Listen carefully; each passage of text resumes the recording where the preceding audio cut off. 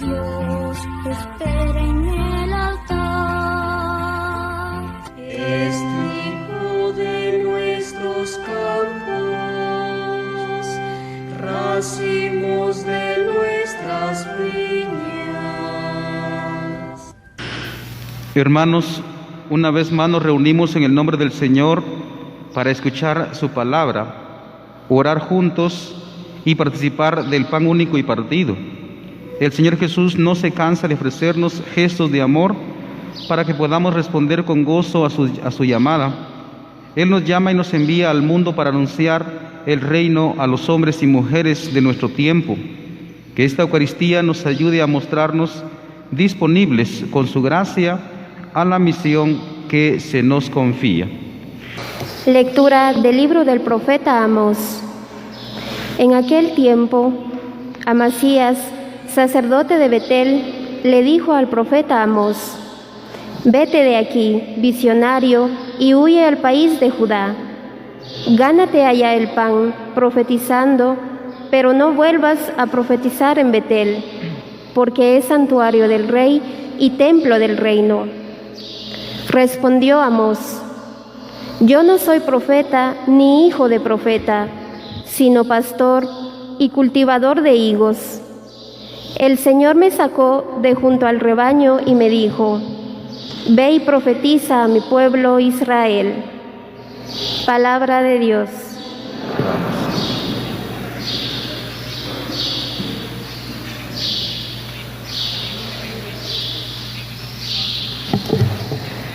Muéstranos, Señor, tu misericordia y danos tu salvación. Muéstranos, Señor, tu misericordia y danos tu salvación. Voy a escuchar lo que dice el Señor. Dios anuncia la paz a su pueblo y a sus amigos. La salvación está ya cerca de sus fieles, y la gloria habitará en nuestra tierra. Muéstranos, Señor, tu misericordia y danos tu salvación. La misericordia y la fidelidad se encuentran, la justicia y la paz se besan. La fidelidad brota de la tierra y la justicia mira desde el cielo. Muéstranos, Señor, tu misericordia y danos tu salvación. El Señor nos dará la lluvia y nuestra tierra dará su fruto. La justicia marchará ante él, la salvación seguirá sus pasos. Muéstranos, Señor, tu misericordia y danos tu salvación.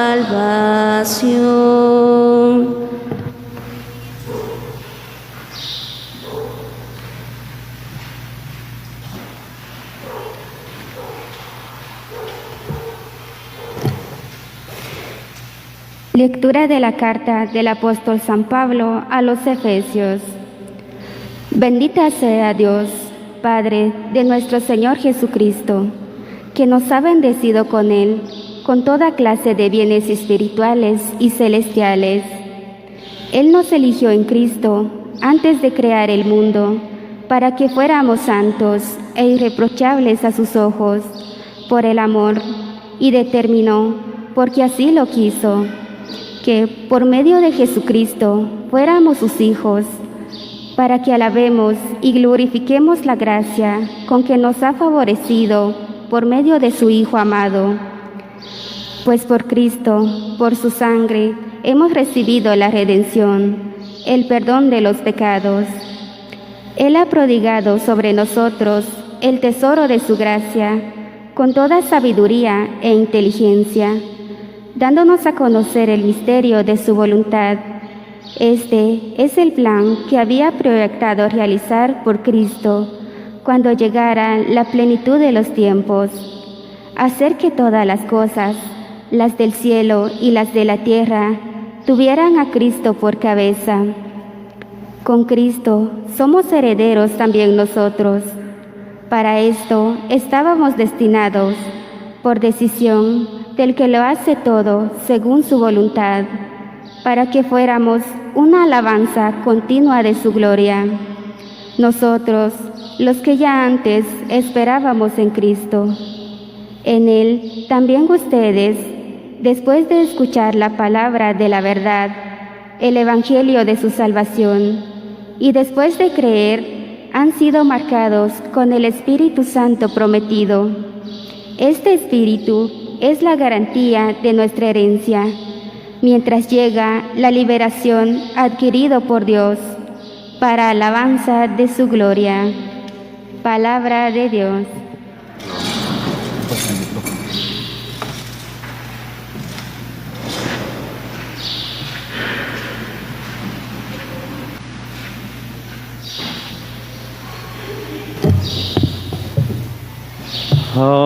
Aleluya, aleluya, aleluya, aleluya. El Señor esté con ustedes. Del Santo Evangelio según San Marcos.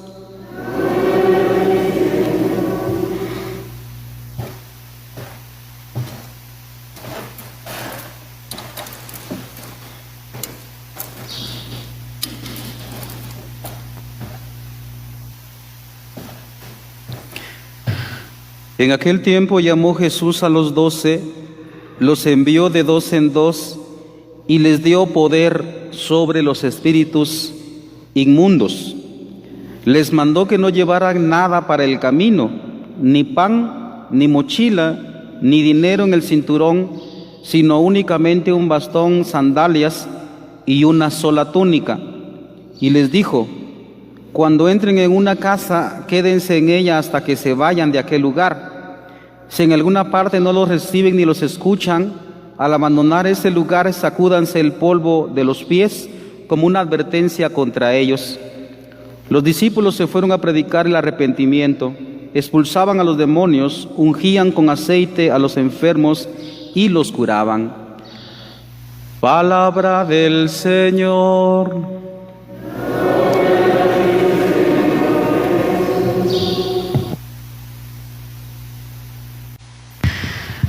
Nuestra homilía, hermanos, va a tener tres partes: una introducción, un comentario así muy esporádico, muy general, y después ya la homilía directamente. O sea, es nuestra parte de la homilía. Bien, primero, la semana pasada se recordarán los que estuvieron en misa, ya sea en línea o en presencia, de que el Señor Jesús emprende una misión primero solito Él, se va a predicar y después de un buen tiempo se vuelve para su tierra, y resulta que sus propios paisanos lo desprecian. ¿Sí se recuerdan, verdad? Lo desprecian, hasta lo querían asesinar, y entonces Él no se asusta de ninguna manera de ese trato de sus paisanos, sino por el contrario, les vuelve a enfatizar su misión, porque la lectura que lee la semana pasada en el ciclo B que estamos es Marcos, y pues ahí hay otras buenas diferencias, ¿verdad? Pero la cosa es que él enfatiza su misión. Esto hoy se cumple y sin embargo lo desprecia, pero él no se asusta, como digo, no se desanima, no dice como nosotros, no, ¿para qué? Mejor no, voy a la iglesia, solo problema ahí, mejor me quedo en mi casa, mejor solo voy a misa. Eso decimos nosotros muchas veces, ¿va? Él no se desanimó, sino que cambia la estrategia para seguir evangelizando. Entonces, precisamente es lo que encontramos hoy.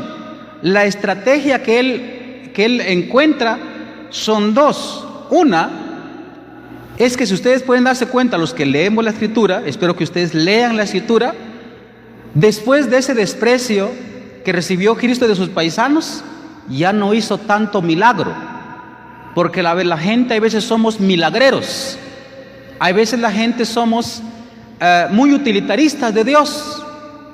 Queremos pedirle cosas que nos quiten nuestras penas, que nos quiten nuestros problemas, que nos sane nuestras enfermedades, pero a la hora de la verdad no lo amamos. Entonces, por eso Cristo cambia la estrategia y ya no hace tanto milagro. Del tiempo que estamos hoy hay milagros, pero no tantos. La mayoría de nosotros tenemos que aguantar nuestros problemas, tenemos que aguantar nuestras enfermedades, etc. La segunda cosa es de que, aparte de que él baja la intensidad de hacer milagros, reúne a discípulos, aunque ya están con él, y los empieza a enviar a predicar. Ve, no se asusta, sino que por el contrario cobra más ánimo y envía. Es lo que encontramos hoy. Bueno, ese es el contexto, nuestra introducción, nuestra primera parte. Segundo, la primera lectura que escuchamos hoy, quiero hacer un énfasis, así como digo, de manera general. La primera lectura del profeta Oseas nos dice unas cosas bien raras. El sacerdote, voy a leer aquí en el texto, el sacerdote Amasías le dice en Betel al profeta Amós: vete de aquí, visionario, y huye al país de Judá, gánate el pan allá, profetizando, pero no vuelvas a profetizar acá, porque es santuario del rey y es templo del reino. Voy a hacer el énfasis de que este sacerdote es un sacerdote falso, porque no es sacerdote de Dios, sino del rey. Y el santuario no es de Dios, sino es del rey. Es templo del rey. Y por eso, cuando llega Amós y llega a predicar, porque ahí están divididos los reinos, el reino del norte y el reino del sur, el reino de Judá y el reino de Jerusalén, hay división. Y por eso es que Dios envía a Amós para que predique la unidad, en el reino. Bueno, y por eso es que este sacerdote, entre comillas sacerdote, porque el sacerdote es falso, en realidad no es sacerdote del Dios Altísimo, sino es un falso sacerdote. Y cuando escucha las verdaderas palabras de Dios, se ofende. Bueno, ese es un comentario que quería hacer de manera general. Tercero, arranquemos ahora sí con nuestra homilía.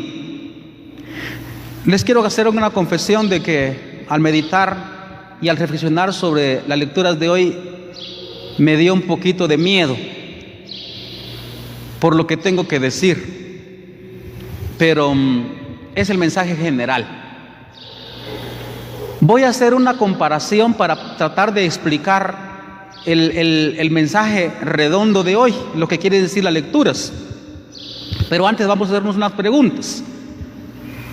¿No les parece a ustedes raro de que el Señor envía a sus discípulos como desprotegidos, desposeídos, en la miseria? Porque les dice: no lleven nada para el camino. En cambio, usted cuando sale de viaje lleva su lonchera ahí grandota, y sus aguas, y sus cervezas, y sus cosas. Y si eso que usted es un viaje, bien viaje de placer, de lo que sea. Usted lleva sus cosas, Cristo los manda sin absolutamente nada. ¿Por qué? ¿Por qué los manda así? Ni siquiera les deja llevar otra mudada de ropa, porque le dicen no lleven 2 túnicas, solo la que tienen puesta. No lleven ni dinero ni nada. Y en la lógica de nosotros es que uno tiene que prever los viajes, ¿no?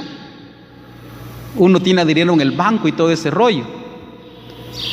Pero bueno, en torno a este misterio vamos a hacer una comparación. Levántenme la mano los que vivieron el terremoto del 76. Aló, están acá, ¿verdad? Levántenme la mano los que vivieron el terremoto del 76. Un puchito, o sea que la mayoría son bastante jóvenes. La mayoría son bastante jóvenes. Bueno, vamos a hacer una comparación. Cuando llegó el terremoto del 76, yo todavía no estaba, todavía soy jovencito, no ven mis cachetitos así bien brillantes, todavía tenemos buena piel, bendito Dios, todavía tenemos juventud, ¿verdad? La vejez también es bendición, no estoy diciendo que solo la juventud. Vamos a hacer una comparación, parte inventada, parte es verdad. En el terremoto del 76 se terminaron casas enteras, ciudades enteras. La devastación fue impresionante. Entonces, algunas empresas millonarias, por ejemplo, patrocinaron construcciones de iglesias. Vamos a suponer una empresa licorera, no voy a mencionar nombres. Vamos a mencionar alguna empresa licorera que patrocinó la construcción de un templo católico en a saber dónde, en qué lugar. O de repente también algunos de los narcotraficantes en el oriente del país, que ya es famoso eso, ¿no? Narcotraficantes que construyen, por ejemplo, iglesias. Y entonces el padrecito acepta aquella oferta y permite que, por ejemplo, una empresa licorera o entes de gobierno le construyan un templo. Ven, son 3 sectores. 1, entes de gobierno. 2, alguna empresa licorera, alguna empresa multimillonaria o algún narcotraficante, porque esas cosas se han dado. Pues, bueno, le construyeron el templo y el sacerdote aceptó y la feligresía aceptó. Y entonces después, conforme va pasando el tiempo, se construyen las ciudades, etcétera. Después esa empresa licorera viene sus amigos a la ciudad a vender guaro. Y entonces el pobre padrecito quedó atado de boca y no puede predicar con el vicio del alcohol. Si empieza a predicar, por ejemplo, ni un borracho entrará en el reino de los cielos, viene la empresa y le dice: cállese, yo le construí su templo. Cállese. ¿Ve? Si un narcotraficante fue el que me construyó el templo, entonces también yo quedo atado de boca y me va a decir: ¿y quién es usted para hablar de que la droga es vicio? Cállese la boca, o lo mato o le quito su templo, o se lo destruyo. Y entonces uno queda atado de boca. O el gobierno que construye iglesias y después uno no puede predicar contra la corrupción. Uno no puede predicar, ¿verdad?, contra los políticos. No digo de manera general, porque no son todos también, pero no puede predicar de esa manera porque uno queda atado de boca. Por eso dije que me daba miedo lo que iba a decir hoy, porque aquí se gana uno un balazo en la cabeza. O un banco que le construya a uno. Por eso a mí me da miedo esos subsidios que a veces llegan a la iglesia de parte de entes poderosos. ¿Por qué? Porque uno queda atado de boca y uno no puede hablar. Pues esa es la respuesta de por qué el Señor quiso que los discípulos fueran sin nada, confiando únicamente en la providencia divina para que tuvieran libre la boca de predicar la conversión. Libre la boca. Porque es feo estar, hay veces, o más bien muchas veces, que uno no puede hablar porque entonces ya se ofende no sé quién, se ofende no sé cuánto, se ofende el gobierno, no sé qué.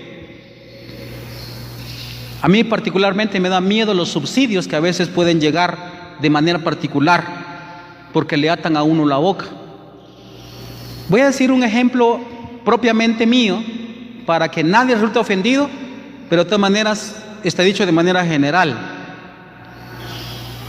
Cuando en el caso de mi vocación me patrocinaron mis estudios en el seminario, unas hermanas de mucha bondad me dijeron: mire, Juanito, nos enteramos de que usted va a ir al seminario y también nos enteramos que no tiene los recursos, porque yo había casi renunciado a mi llamado porque no tenía los recursos para irme al seminario. Y entonces me dijeron: nosotros nos enteramos de que usted se va a ir al seminario y que no tiene los recursos, queremos ayudarle. Usted dedíquese a estudiar y no se preocupe por el dinero, nosotros le vamos a dar todo.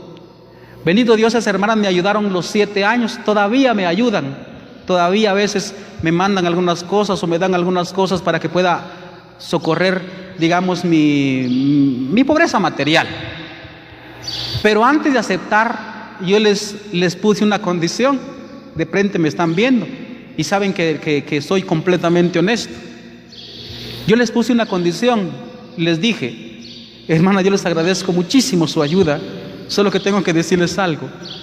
El hecho de que yo vaya a estudiar no significa que voy a ser sacerdote, para que ustedes tampoco se sientan decepcionadas. Pero esa advertencia que yo les hice iba por 2 vías. Uno, que ellas no se sintieran decepcionadas por si yo no llegaba a ser sacerdote. Pero 2, también yo tenía que ser libre para hablar de las cosas que tengo que hablar. Por eso usted tenga mucho cuidado cuando estas famosas becas que a veces llegan para el estudio de sus hijos, porque a veces esas becas tienen condiciones y uno se calla, uno se tiene que callar la boca para no hablar. También con esos famosos proyectos que le dan casas a uno por un puchito de dinero, pero después uno no puede hablar y ahí van metiendo las cosas. Así hay gobiernos poderosos en el mundo ahora que pueden estar socorriendo a un país indigente, ¿verdad? Y a la hora de la verdad tiene condiciones. Le ayudan en no sé qué, en construcción de escuelas, en construcción de hospitales ahora. Pueden ayudar, pero después de ese paquete va por ahí metido, por ejemplo, la ideología de género. Mire, usted tiene que hablar en las escuelas de la ideología de género. Usted tiene que hablar del aborto allá. Nunca lo dicen aborto, dicen la interrupción voluntaria de embarazo. Usted tiene que meter todo eso. Uno se da cuenta, por ejemplo, ahorita voy a hablar de cosas delicadas, en el ámbito de la medicina hoy, en el ámbito de la docencia, de la enseñanza en las escuelas. Los maestros, los doctores, a veces aceptan condiciones de gobierno con tal de mantenerlo en su trabajo, porque necesitamos de trabajo. Y el pobre médico, la doctora y los pobres maestros tienen que a veces aceptar, porque eso yo lo he escuchado de primera mano, no de YouTube ni de Facebook, sino de maestros concretos de carne y hueso, que los amenazan si no enseñan cosas de ideología de género, de aborto o de educación entre comillas sexual. Entonces despídase de trabajo. Ve, ahí está la condición. Precisamente por eso es que Jesucristo manda asignada a los apóstoles para que solo la providencia divina los socorra y que no tenga ataduras de boca, como Amós. El sacerdote Amasías le dijo: cállate, visionario, ve a profetizar, ganate el pan a otro lado, pero aquí no.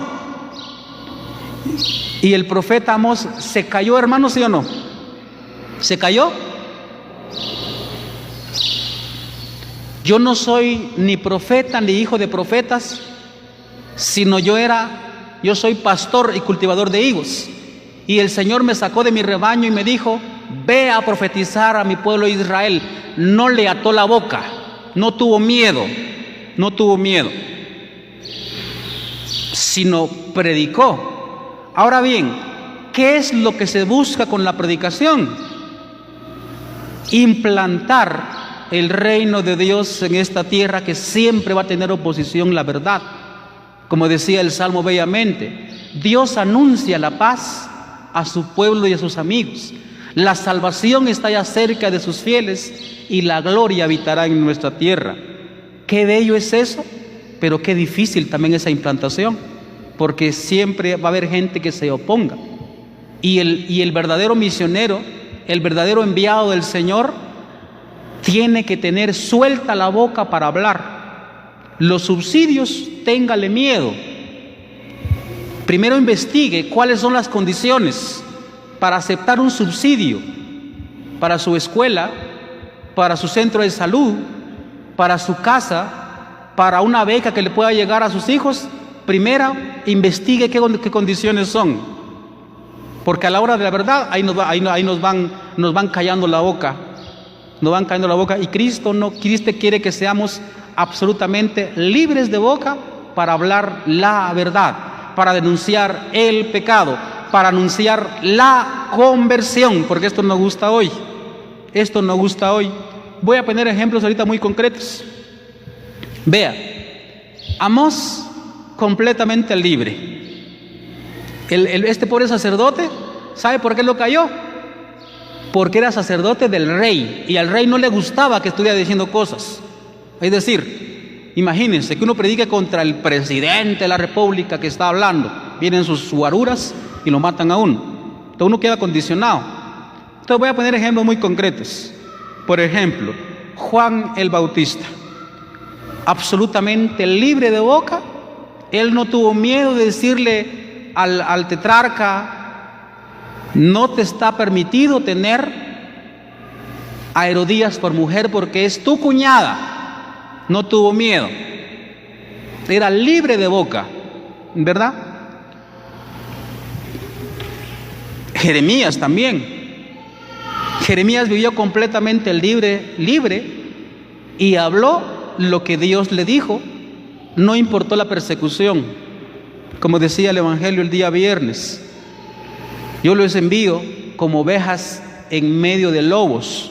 Pero como aquí no tenemos ni ovejas ni lobos, vamos a decir como pollitos en medio de gatos. Así nos envía el Señor, y tenemos que ser libres. Bueno, solo que aquí hemos hablado ahorita de la alta jerarquía en la iglesia, de los enviados apóstoles del Señor. Pero rebajemos un poquito ahorita a nuestra condición de vida, que la mayoría somos aquí familias y matrimonios.